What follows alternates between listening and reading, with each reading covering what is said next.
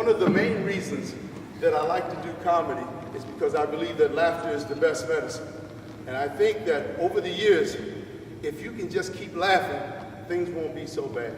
A lot of times, it's hard to be sad and depressed if you laugh on a smile. Let me give you an example. I want everybody to smile right now. Now try to think sad at the same time while you're smiling. Smile and think sad. You see how hard it is? And so I learned that at a young age that if I can smile or laugh, it's kind of hard to be sad. So every now and then if I get depressed, all I got to do is start smiling or laughing. And it takes it away automatically. It's almost like that old philosophy where people would say, fake it until you make it. So if you fake that you're happy, sooner or later you're happy. A lot of people are miserable because they want to be miserable. Or they think in that direction and they become their thoughts.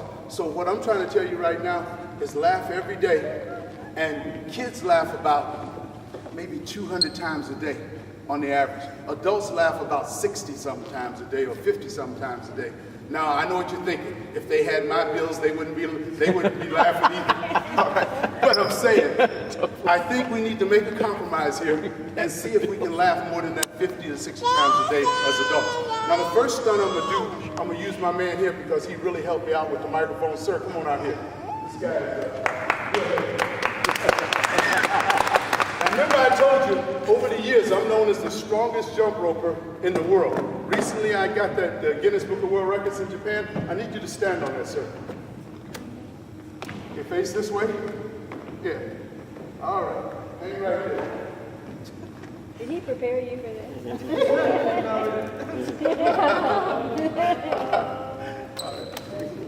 Let me pick you up here, over your legs. Sit on my shoulders. I don't think I'm right. Cross your legs here. Put your hands under my chin. When you didn't practice? Like this, like this. Like this, like this. Grip like this. No, like this. See how my hand is? I can't do it. Take a fist. Like, you know, like this. See how your hands, my hands here, fingers? I can't. Sorry. You can't? All right, grab your hand.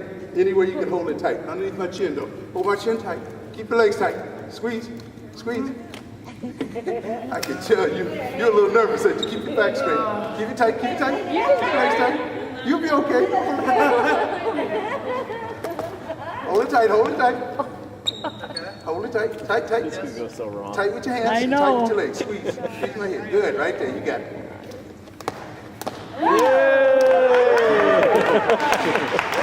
Good job.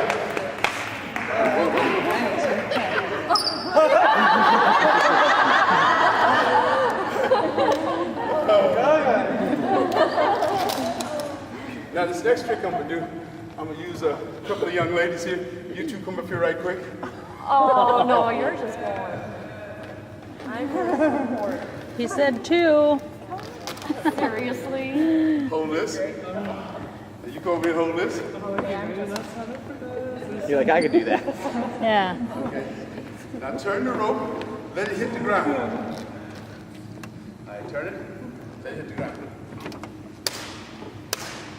Now the kids in the country do this with double dutch, but it takes a real good turner. And sometimes you have to, if you don't have time to train the turners, you gotta make do with the skills that you have. So we're gonna do this just on the long rope, but remember that a lot of the kids do this with double dutch, the same trick. You won't see too many adults do this trick over 30 because it hurts the wrist and it hurts the back. Now, I just had a birthday 2 days ago on June the 16th. I am 57 years old. Oh. In 2005, I was the oldest American to fight in the Olympic trials for judo at 55 years old. Congratulations. Everybody was 37 years old and younger in the competition. So, I prove that age is not so big of an issue. Just keep working out, and I think you guys go a long time. Keep laughing. Now, every time I tell people I'm 57, there's always somebody in the audience go, "You look at my dad, you little rascal, you." That's what she told me yesterday. All right?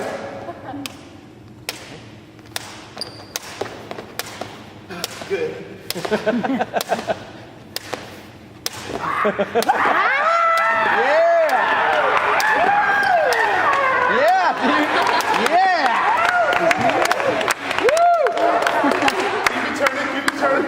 You want to speed it up on me, right?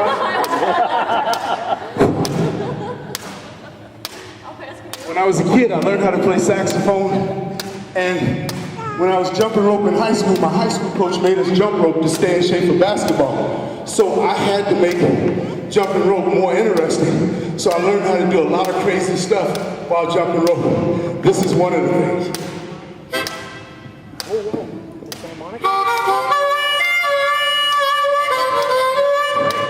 I'm down here at Rhea College, having fun with all my friends. I got the massage blues.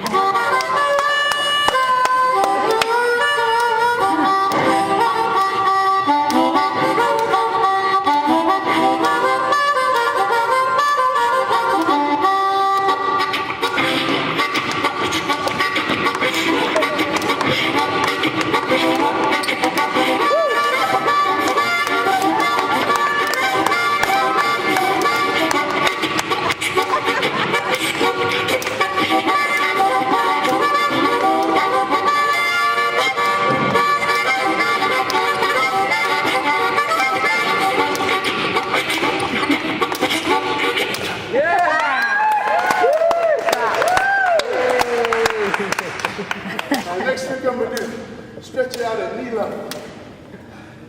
Yeah, hold it at knee level. These turners are real good. They need to train this right here. Let's stop. All right, now just hold it even all the way across. Knee level. I lose about 10 pounds every show, maybe about 5 to 10. So I have to keep my weight down. I'm gonna fight in the nationals maybe in July for sumo. I'm one of the top sumo wrestlers in the United States. 2005, I was number 6 in the whole world for amateur sumo. Sumo is one of those sports where you get down and then you come up and you push people out of bounds, or you pick them up, toss them out of the circle. Anything touches the ground other than the soles of your feet, you lose. And it's a Japanese art, goes way back over 3,000 years. In the old days, they used to fight to the death, to settle any kind of disputes between the different tribes. But now, we're more civilized. But this is called the skier's jump. What I'm doing is I jump from side to side over the rope while jumping rope. You won't see too many people do this, especially over 30. My knees are kind of on their way out. My back is on its way out. I got degenerative disc problems, sleep apnea. I sleep with a mask every night. So there's a lot of issues that I have, but if I didn't work out the way I work out, I'd be in some serious trouble. I was telling one of the young ladies today, I gotta keep my weight down because the sleep apnea, a lot of other stuff is affected if I don't keep it down. So some of you have some issues like I do, from diabetes to whatever. If you work out, I know for a fact it will alleviate a lot of those issues. So if nothing else from this presentation, pick up the message that you have to keep moving. Just like they were saying in the massage class, people were standing in the massage class when the instructor was talking to them this morning in the Essalon class, and people couldn't stand still. They was moving. All while she was talking, they had a little move, a little groove, So I'm trying to encourage you to keep moving, all right? This is the skier's jump we're gonna make. Shaq and Kobe jealous, but not Michael Jordan, because he jumps a little higher. All right, let's bring it up just a little. You'll never see anybody do this stuff like this again. You may see people do it without the rope, but not with the rope. I'm not even sure I should do it anymore.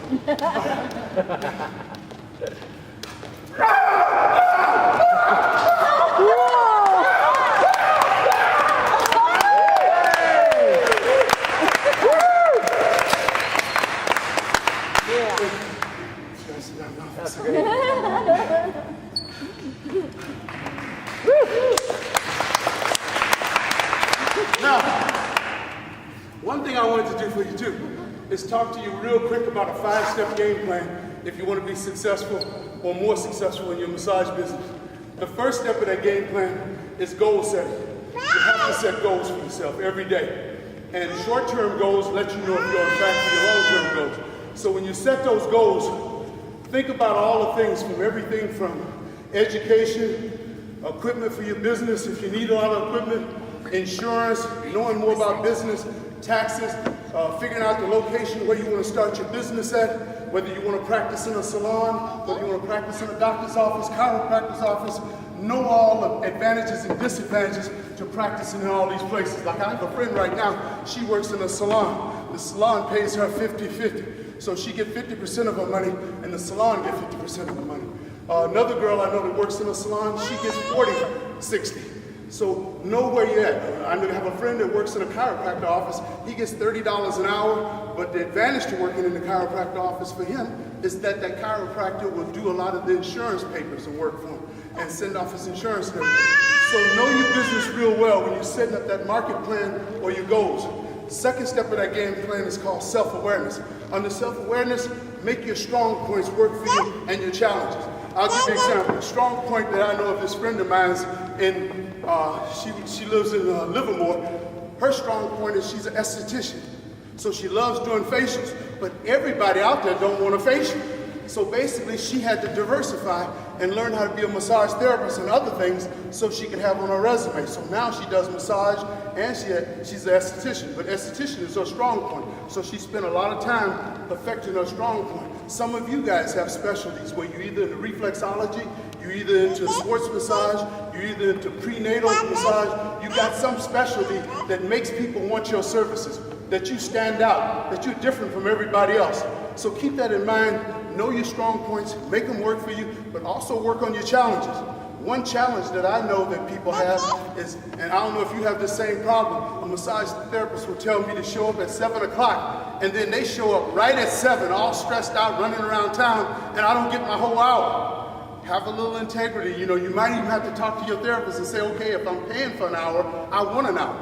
So let me show up at 15 till 7, and we can all get grounded and get calm and get our head and be in the present and then do the massage. But whatever it takes, make your challenges and your strong points work for you. Now let me do another trick. I hate to talk too long. Let me use you, sir.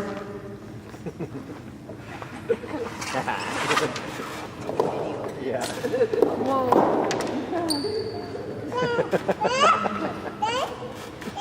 You see I'm pretty fast. This is the 15-pound heavy rope. It's the heaviest rope in the world. Grab this. The company made it for me because I'm the strongest jump rope in the world, of course. Grab this rope. Come right here. Hold on to it tight. Jump one time, but watch your head when you turn it. Put it behind your back. All right, see if you can get over it at least 1 or 2 times. Just to let them know that I'm not lying. It's filled with sand.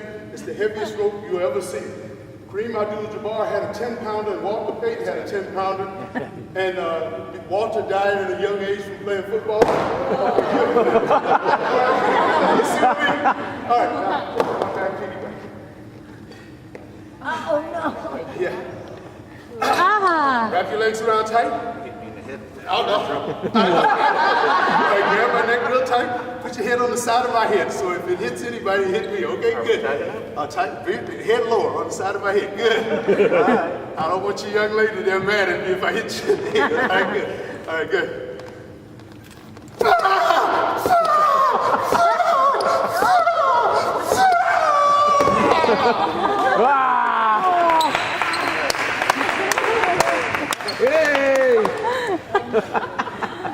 Oh. That's what you get for sitting in the front row. That was close to 200 pounds on him, just so y'all know. Now, Sorry. this next trick I'm going to do for you. I'm known Okay. for unusual. Yes. Does it make easier when you shout like that? I mean, Well, that's a good question. I'll answer that right now. If you notice, in most of your martial arts, they do something called a ki, where they yell whenever they do an action. The yelling is an exhale. For some reason, and I can't tell you why medically, but somebody can explain it to you probably that's a little bit more sharper He than gave I it to am, me. on the medical stuff and scientific definitions. But when you yell or you scream, you're exhaling. And for some reason, most people are stronger and they can concentrate and focus better when they're exhaling. If you notice, even in some of the massage classes, when they do it's always an exhale. You know, you just can focus a little bit better. I was with these monks one time and they did something called a meditative walk, where each step they either inhale or exhale. So they go,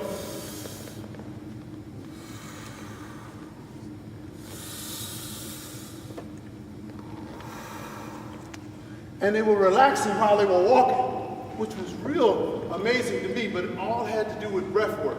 For some reason, there's a correlation with breath in every aspect of life, whether it's yoga, Tai Chi, all the different arts, all about breath and exhaling or inhaling. You see weightlifters, whenever they do the most strongest effort of their lift, it's a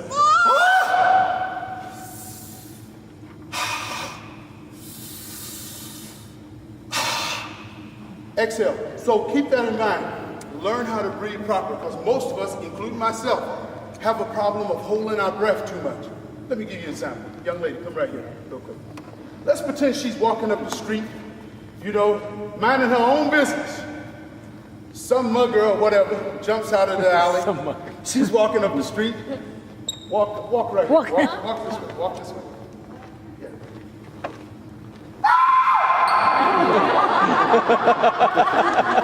She can tell you, as soon as I yell, she froze and stopped breathing.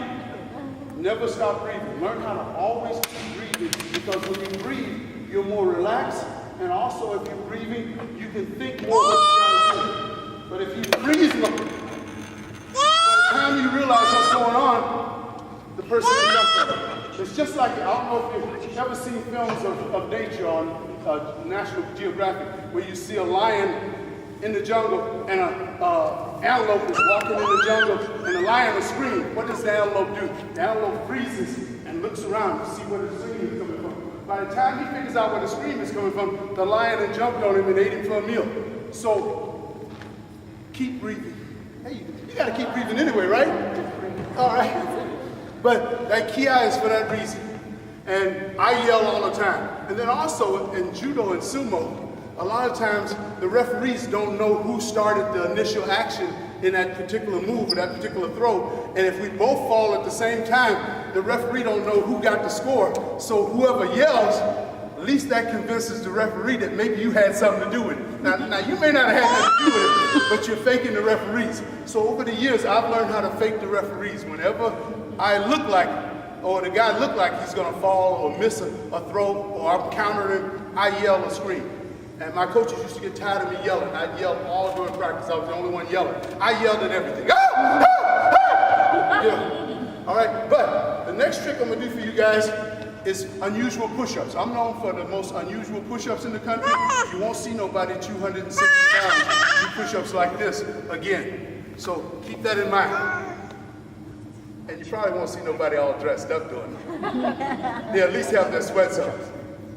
I have some of the strongest fingers in the business. And usually when I was coming up, one of my specialties was shiatsu, because the fingers were so strong. Now, a lot of the teachers tell you guys every day in these workshops, don't use your thumbs the wrong way, because the thumbs won't last.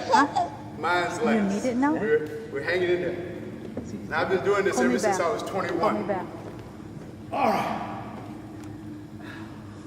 This is an extension push-up on 2 thumbs. Lou Ferrigno and Jack LaLanne did this same extension push-up on all 10 fingers. I will try to see if I can get up. This floor is kind of slippery, but I'll see if I can get at least 1 extension push-up on, rather than 5 fingers like Lou Ferrigno, the Incredible Hulk, or Jack LaLanne. We're going to try it on just 2 thumbs.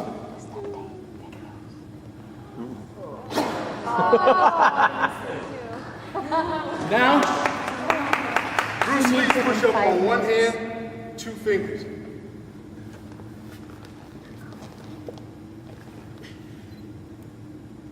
Oh my God.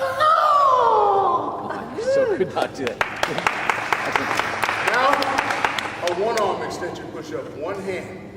Don't try this at home, because it's real rough on the elbows and the shoulder. That's why I was telling somebody today I have some serious shoulder problems on both sides.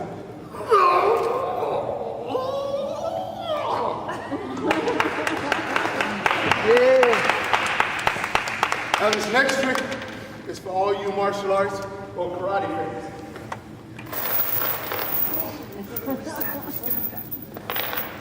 This is a real chain. It's not like all-star wrestling where it might be fake. Hold this, sir. 6 pounds, right? When I first learned how to handle this chain, it slipped out of my hand at elementary school. It flew up in the ceiling, broke a whole bunch of lights. The kids in the 5th grade, 6th grade, they started clapping and yelling because they thought I did it on purpose. They're going, "Ah!" The teachers were going, "Whew." So now I wrap it around my hand to make sure it doesn't get away from me. This is called wushu for all you karate fans, kung fu.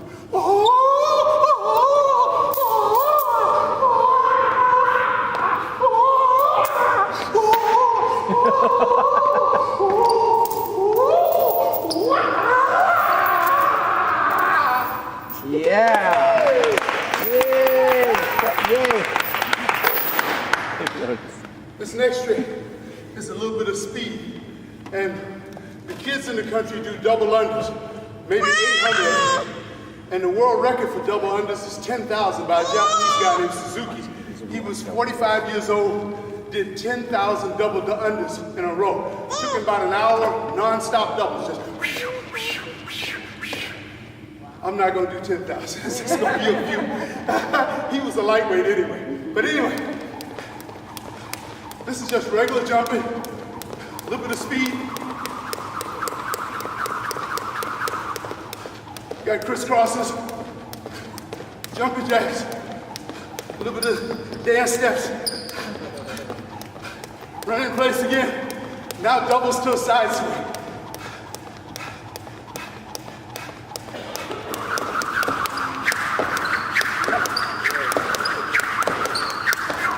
Yeah. Incredible. Clap your hands, clap your hands. A little bit of something called karate. Get them drugs out of my face.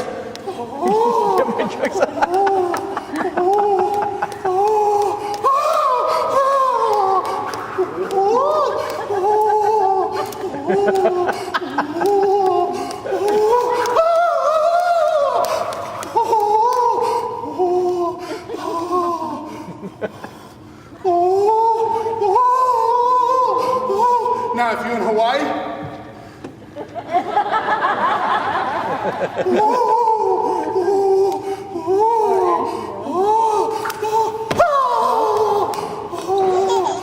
Okay, I'm coming. Just a minute. I'm just gonna finish this